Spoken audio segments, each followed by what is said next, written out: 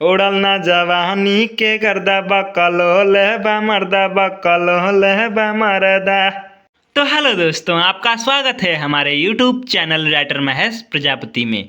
तो दोस्तों, आज हम एक न्यू ट्रैक लोकगीत सॉन्ग लेकर आए हैं जो काफ़ी अच्छा मैटर है, मार्केट में बजने वाला मैटर है, हिट होने वाला मैटर है। तो चलिए स्टार्ट करते हैं बिना समय गवाए मुखड़े के साथ। मिलल बा सजनवा करे ना गजनवा, सूत जाला जाई के घर के अंगनवा।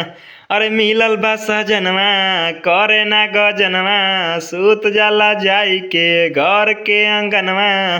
का कहीं कितना सखी मन जोगे नाही मिलल पति, कबो ना करेला हमारा ला परदा। उड़ल ना जवानी के गर्दा बकलोल बा मर्दा बकलोल बा मर्दा। दोस्तों, जिस भाई को ये फुल सॉन्ग चाहिए वो हमसे संपर्क करके इस सॉन्ग को ले सकता है। हमारा नंबर चैनल के डिस्क्रिप्शन बॉक्स में दिया हुआ है। तो दोस्तों, इसी तरह का बेहतरीन से बेहतरीन सॉन्ग पाने के लिए हमारे चैनल को सब्सक्राइब करें और वीडियो को लाइक करें, शेयर करें और कमेंट करें। तो चलिए मिलते हैं किसी नेक्स्ट वीडियो में किसी नए ट्रैक के साथ। तब तक के लिए बाय।